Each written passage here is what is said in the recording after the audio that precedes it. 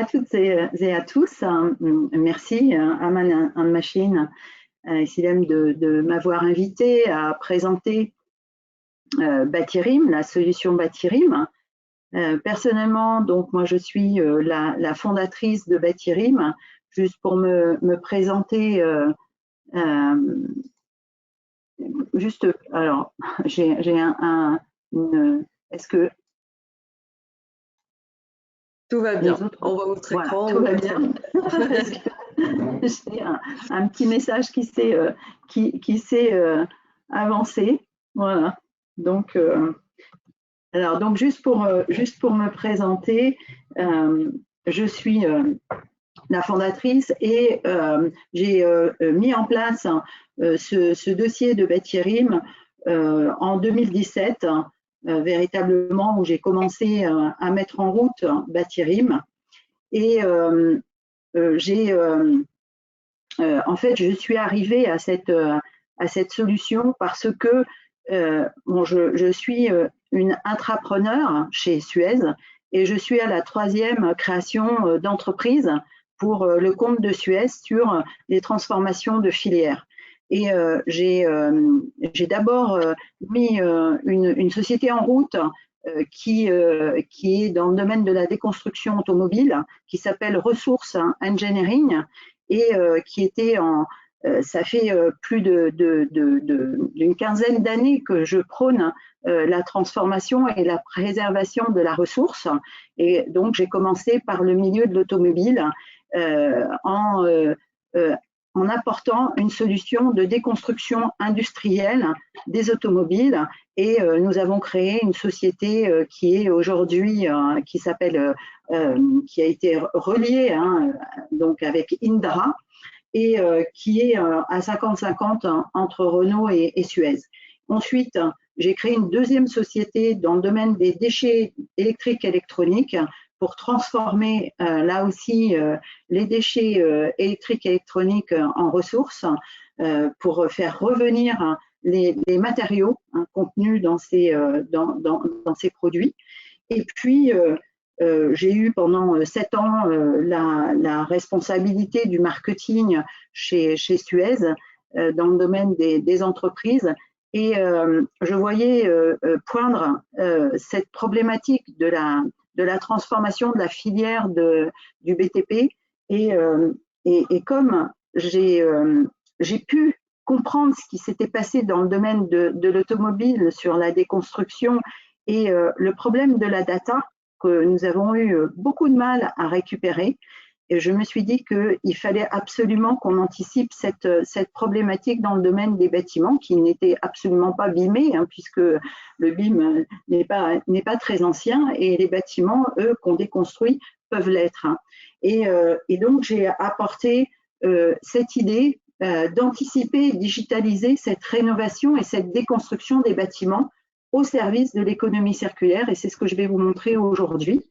Et pour cela, donc Suez, je suis donc on a créé une spin-off chez Suez, et qui est maintenant à 60% de cette entreprise Batirim, et on s'est associé avec l'accélérateur digital des métiers de la construction et de l'immobilier, que connaissent bien des acteurs comme Autodesk et puis Man Machine, bien entendu, et puis certainement des personnes autour de ce webinaire. Donc, Carnial est un accélérateur digital des métiers plutôt de la construction et de l'immobilier. Ils étaient centrés sur la partie de la construction, et quand j'ai rencontré le patron de l'époque, qui était Resolving à cette époque-là, et il a compris pourquoi il n'arrivait pas à faire quelque chose sur la déconstruction. C'est qu'en fait, il lui manquait cette vision de l'économie circulaire pour attaquer ce marché de la déconstruction. Et à nous deux, on a réussi à mettre en route cet outil digital pour la déconstruction. Alors, voilà. Alors, juste une chose, pour bien comprendre pourquoi c'est important au niveau de l'économie circulaire, cette notion digitale, c'est qu'il faut revenir sur ce qui est en train de se passer au niveau de la réglementation. Et la transformation du monde de la construction aujourd'hui va passer par cette loi AGEC qui est maintenant effective depuis le 10 février 2020, qui est la lutte contre le gaspillage et qui est dédiée à l'économie circulaire. C'est une réglementation qui précise notamment les orientations pour le BTP. Juste quelques mots sur cette réglementation parce qu'elle est très importante. C'est un rouleau compresseur maintenant qui se met en route dans toutes les autres filières. Les choses sont maintenant calées et il restait ce grand marché du BTP à mettre en place, mais bien entendu, compte tenu des volumes très importants, il fallait avoir une bonne organisation pour pouvoir le faire. Donc, la loi AGEC dit la première chose, c'est la priorité au réemploi et notamment des produits, équipements et matériaux. Et donc, il y a une sortie du statut de déchets pour un certain nombre de produits et d'équipements et de matériaux issus du monde du BTP. Et pour cela, si on veut véritablement gérer les choses, eh bien, il faut créer un diagnostic et ils ont mis en route un diagnostic qui est passé du monde du déchet à celui de produits, équipements, matériaux, déchets qui est passé le 25/06/2021 et qui aura une application directe à partir du 1er janvier 2023 parce qu'on attend le dernier élément qui est le CERFA.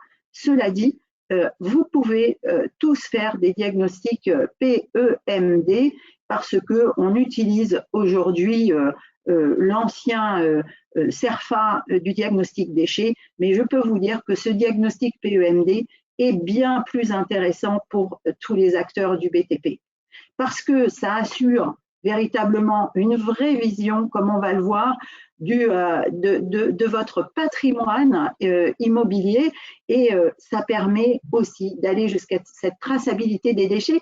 Et vous avez dans cette loi AGEC un décret supplémentaire qui dit que vous devez trier les déchets avec une collecte séparée, avec une obligation de 7 flux que sont les métaux, le bois, le verre, le plâtre, le plastique, les papiers cartons et les matières minérales, qui est maintenant actif depuis le 16/07/2021 avec une application immédiate.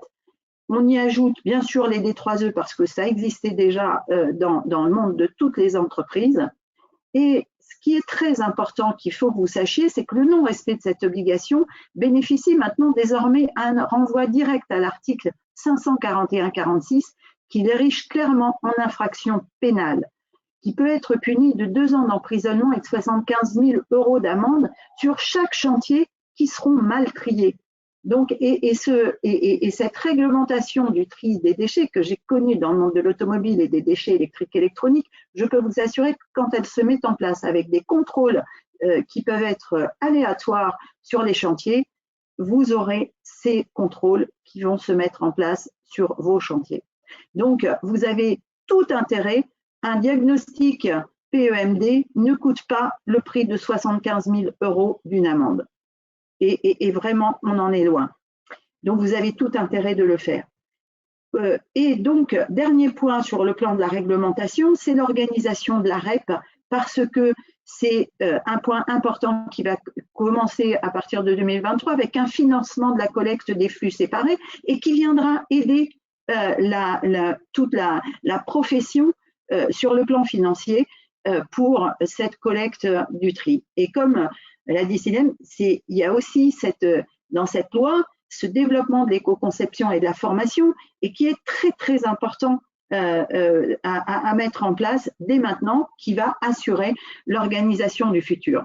Tout cela s'ajoute à des objectifs européens qui étaient dans la loi de transition énergétique en France et qui dit on doit valoriser 70% global des déchets et on doit arriver à 55% des déchets non dangereux, non inertes. Et ça, c'est beaucoup plus difficile pour y arriver et c'est par la collecte séparée et le tri de chaque déchet de ces 7 flux que vous pourrez y arriver. Donc, Batirim, sa raison d'être, c'est de mettre en œuvre vraiment tout pour préserver les ressources naturelles de la planète. Et Batirim s'appuie sur une démarche d'anticipation et de conseil pour répondre à ces enjeux d'économie circulaire au niveau de nos clients en s'appuyant sur la digitalisation des processus métiers liés à la déconstruction et la réhabilitation. Et tout ça dans cet esprit du respect de la réglementation et de pouvoir véritablement apporter la preuve de ce qui est fait pour nos clients. Donc, on organise le réemploi, on veille à optimiser le tri et surtout sur ces fameux déchets non dangereux, non inertes, qui sont bien plus complexes à réaliser. On a une technologie aujourd'hui qui est unique, hein, le RIM, le Resource Information Modeling, qui est un peu comme, je vais dire entre guillemets, hein, un BIM inversé pour tracer, apporter la preuve des réalisations. Qu'est-ce qu'on veut dire par cette idée de BIM inversé? C'est qu'en fait, en faisant ce diagnostic avec l'outil RIM, en fait, on arrive à reconstituer le bâti, on arrive à le modéliser complètement en information et en vision, puisque tout est sur plan, et on arrive à bien reconstituer en fait ce que vous avez comme patrimoine entre les mains. Et on a bien entendu une équipe avec des talents experts en économie circulaire. Personnellement, moi j'ai 20 ans d'expérience en économie circulaire et mon équipe a été formée, bien entendu, on a des personnes qui arrivent de l'équipe de Suez et qui ont été formées depuis une dizaine d'années sur ces sujets. Et puis à côté, on a des architectes et bien sûr des acteurs du BTP, des ingénieurs qui nous permettent de fonctionner.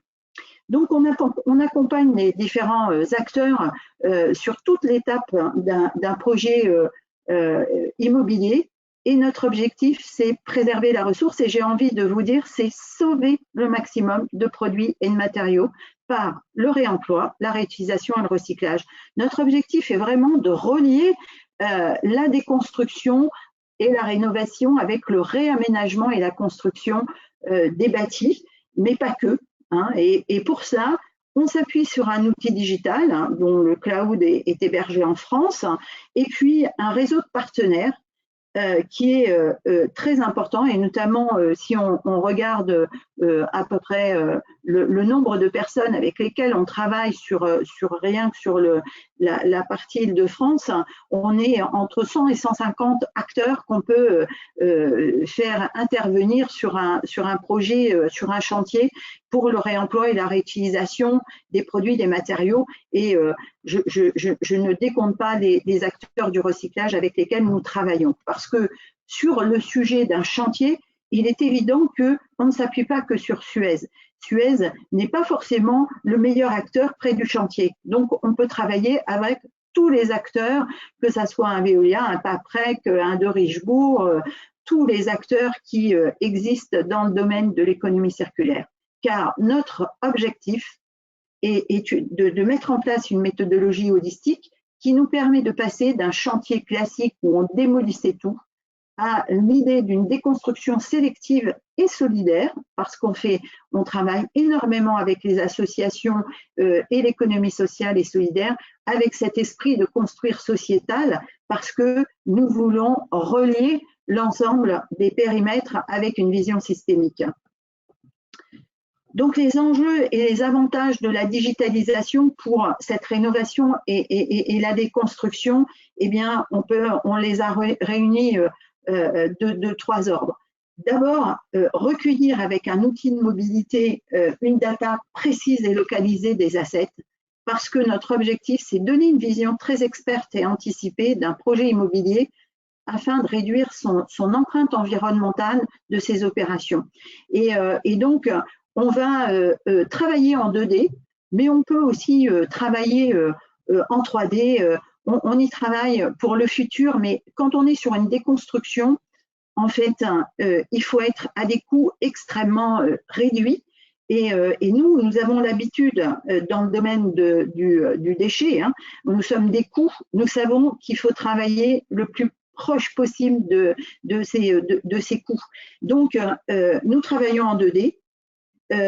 On peut travailler avec n'importe quel plan qui viendra se mettre sur l'outil que nous avons. Ça peut être, on peut démarrer d'un 3D et le repasser en 2D pour aller sur le terrain de jeu, mais on peut travailler aussi bien avec une image Google Maps, hein, parce que ça nous est arrivé d'avoir eu un hôpital qui a plus de 100 ans d'existence et où il n'y a absolument plus de données existantes. Deuxième chose, ce qui est important, c'est de digitaliser et d'industrialiser les nouveaux processus métiers. Et là, ce à quoi on a travaillé pendant ces 3 années, hein, depuis qu'on a créé Batirim.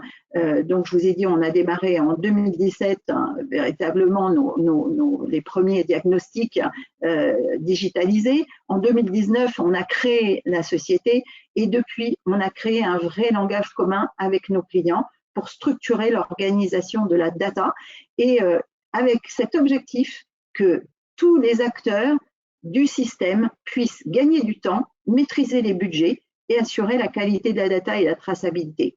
On s'adresse aussi bien à des diagnostiqueurs, c'est-à-dire qu'on leur vend une licence. Nous ne faisons pas tous les diagnostics. Nous avons déjà formé des acteurs comme AC Environnement, la PAF qui est actuellement en cours de formation, un acteur qui était très connu dans la gestion, dans le diagnostic des déchets, qui s'appelle Sodiatech. Et donc, tous ces acteurs-là, on leur fait gagner du temps parce que, ils font un diagnostic digitalisé, mais aussi, on a mis au point un rapport, comme on a un langage commun, on fait un rapport qui est totalement automatisé.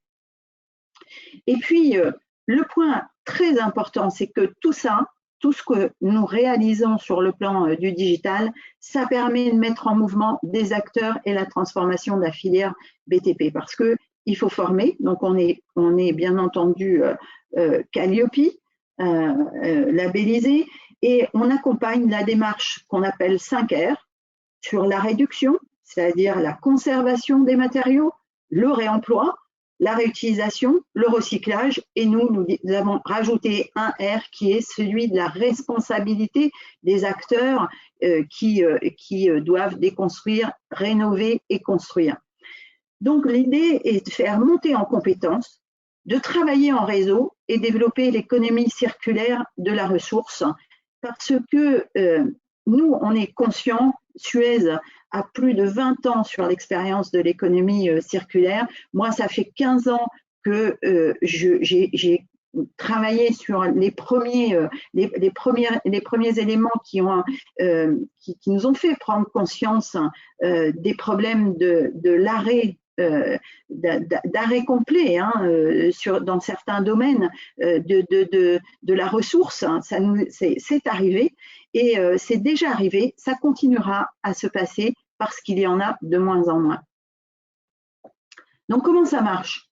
Nous on est parti de l'idée que le diagnostic devait être la pièce maîtresse qui devait relier l'ensemble des acteurs du bâti. Et c'est pour ça qu'on a créé cet outil digital collaboratif qui permet de localiser, quantifier, qualifier la ressource d'un bâtiment. Donc, on a créé une bibliothèque et une nomenclature. C'est ce langage commun qui est relié au code CED des déchets. Et on a créé une maquette 2D qui permet de travailler avec multiples outils, comme on va le voir, dispositifs, petits dispositifs qui nous permettent de travailler, de mettre à la fois des observations, de pouvoir repérer des linéaires, des surfaciques, des unitaires, de mettre des photos, des observations, etc. Et puis, on en fait un inventaire très précis, associé à une cartographie de la ressource d'un bâtiment et une vision qui permet d'avoir le potentiel de réemploi, mais aussi la problématique des déchets dangereux, parce que nous récoltons l'information de tout ce qui a été fait par les diagnostics techniques et qui vient s'incrémenter en fait sur les plans. Et à cela, on y ajoute une data qui est entièrement digitalisée et localisée à une matrice de calcul qui nous permet ensuite de pouvoir réaliser un rapport qui est automatisé. Donc, comment on s'y prend? On a une tablette, on inventorie un ouvrage de manière très pragmatique, avec un plan métré, une bibliothèque de la ressource, et ensuite, on peut mesurer des linéaires de cloison, de murs, etc., de tuyauterie qui viendront s'incrémenter tout de suite et qui donnent, comme vous pouvez le voir, l'information. Tout de suite, vous avez votre linéaire qui vient s'ajouter. Idem pour les surfaciques, vous allez avoir les mètres carrés qui vont s'incrémenter tout de suite sur l'outil. Et puis, vous allez avoir les unitaires et on peut faire des copier-coller, on peut mettre toute l'information sur l'outil très rapidement. Et bien entendu, on y a travaillé les masses, les matériaux primaires et secondaires, puisque ce qui est important après, c'est de passer les produits qui peuvent aller en déchets. Donc, il nous faut des masses qui nous permettent de traduire le volume en déchets. Et de l'autre côté, on peut y ajouter toutes les informations sur l'état. Est-ce que l'état est plutôt bon, moyen, etc. Et puis, on peut y mettre des informations complémentaires qui est demandé dans ce rapport du diagnostic PEMD qui est très complexe. Aujourd'hui, le rapport est très complet et il nous permet de donner une vraie information à nos clients. Donc, juste pour vous situer comment est réalisé ce diagnostic, donc nous, on l'a rangé en 6 cahiers principaux et on y ajoute des cahiers secondaires pour donner, qui peuvent être complémentaires à ces 6 cahiers.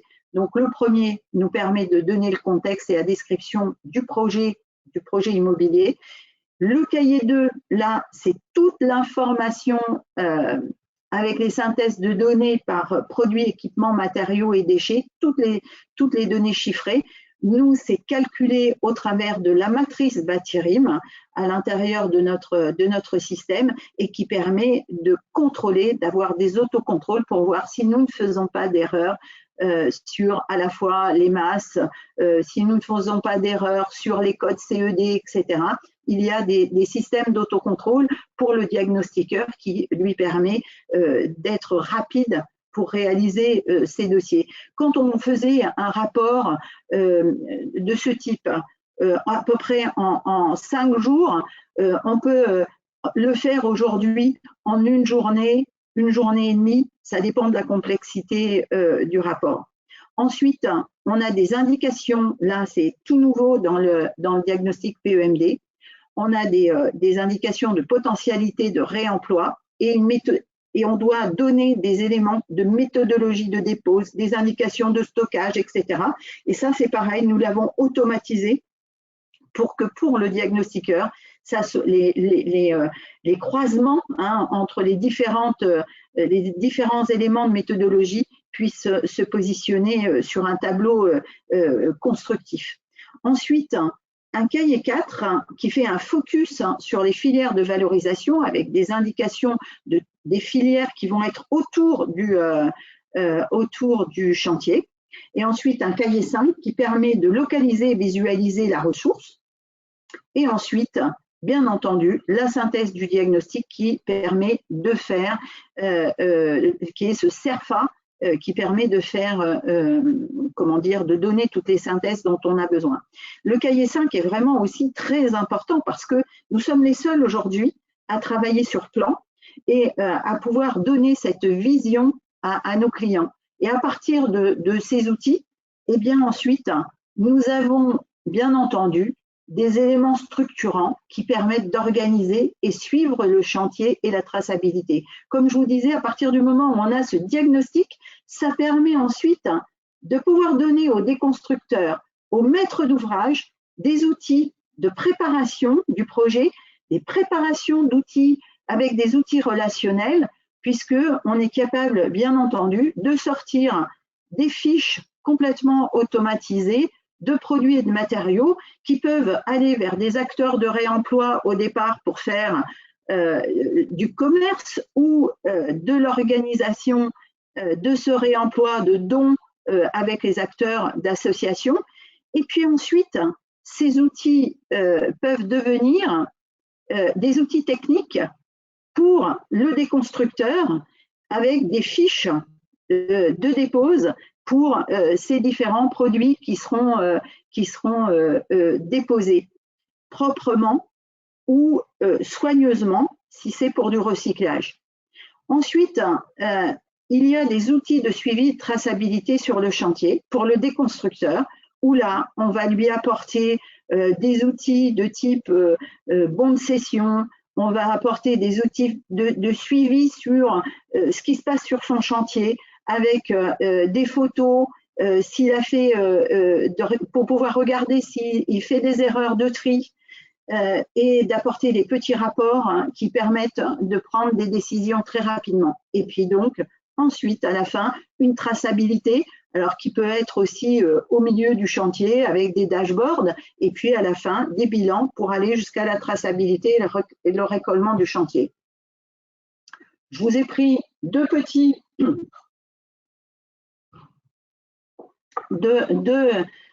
exemples qui sont des projets très ambitieux pour chacun des acteurs que nous avons accompagnés. Un premier chantier qui a été réalisé en plein Covid avec la métropole du Grand Paris. Et sur ce chantier, ça a été très intéressant parce qu'on accompagnait l'équipe de Cardem, qui était le déconstructeur. On est arrivé très tardivement dans ce projet. Et là, on a démarré le chantier 1er mars 2020. Le 17 mars, on était confinés.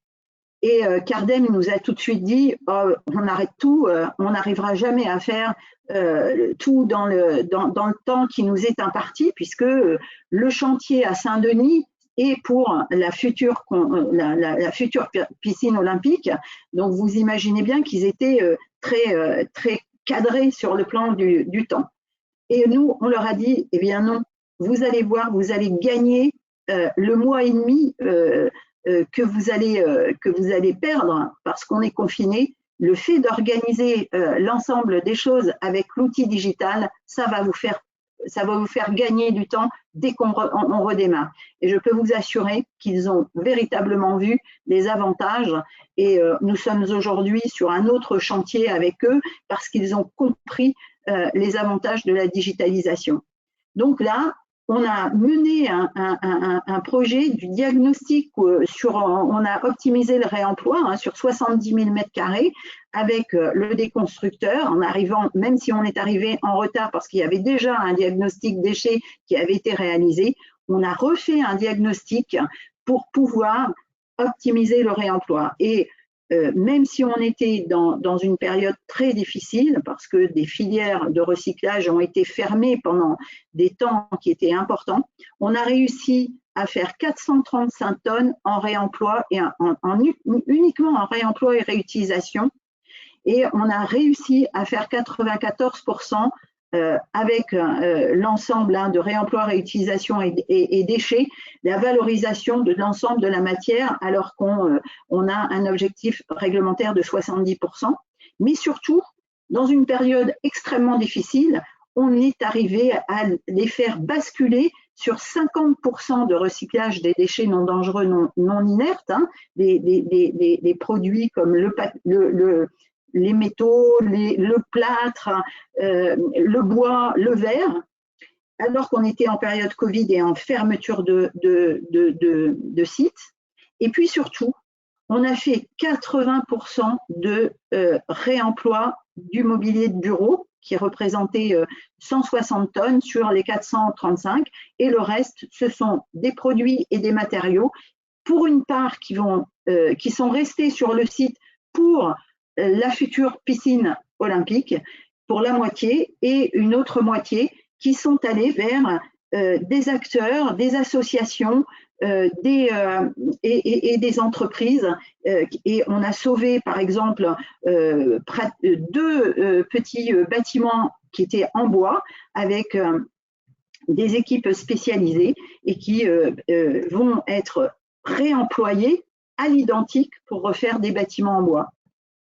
Deuxième projet que nous venons de finir, le projet Reiwa, qui est la déconstruction du site de Coliséen pour aller vers le futur siège social de Nexity à Saint-Ouen. Et là, il y avait vraiment une volonté de Nexity d'en faire une exemplarité pour ces équipes, pour montrer que c'était possible et dans un coût qui était tout à fait maîtrisé. Et donc là, on est allé encore beaucoup plus loin, puisque, bon, là, on était en fin de période Covid en 2021 et sur le début de l'année 2022. Et là, on a fait 95% de déchets, mais surtout, comme vous pouvez voir, on est allé jusqu'à 67% d'équipements avec réemploi ou recyclage pour cet objectif de 55%. Et là, on est allé jusqu'à 9000 m² de planchers techniques qui ont été réemployés, 3000 m² de moquettes qui ont été récupérés pour être nettoyés et réutilisés. Et puis, on a réalisé entre la vente et le don d'à peu près 2000 éléments avec un acteur donc, qui s'est vraiment engagé, l'acteur de déconstruction qui s'appelle Bouvelot, hein, un autre acteur de la déconstruction qui s'est véritablement engagé. Et là, on a fait 14 flux quand il est demandé cette flux réglementaire. Et tout ça dans une maîtrise du budget que s'était donné Nexity et il n'a pas été dépassé. Donc, on est dans des situations que l'on peut tout à fait reproduire. Et bon, pour l'instant, on a diagnostiqué à peu près, pour ce qui est de Batirim, plus de 400 000 m² hein, de PEMD. Et puis, on a accompagné, je vous ai mis les acteurs avec lesquels nous travaillons assez régulièrement maintenant dans nos opérations. Voilà, je réponds à vos questions s'il y en a.